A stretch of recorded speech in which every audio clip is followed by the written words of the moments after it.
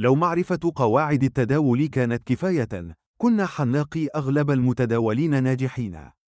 أنا عارف القواعد، ومع ذلك يتم كسرها.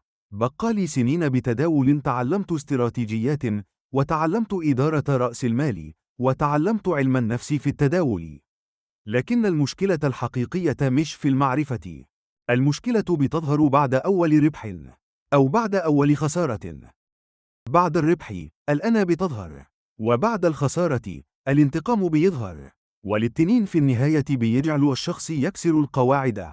أخطر حاجة ممكن تحصل للمتداول إنه يربح وهو كاسر القواعد، لأن هكذا العقل بيتعلم إن السلوك الغلط ممكن يتكافأ، وساعتها الانضباط بيضيع حتى لو الاستراتيجية صحيحة. لو مشكلتك في التداول مش الاستراتيجية لكن الالتزام، أنت لست لوحدك. القناة دي عن البقاء في السوق، مش عن الاستعراض.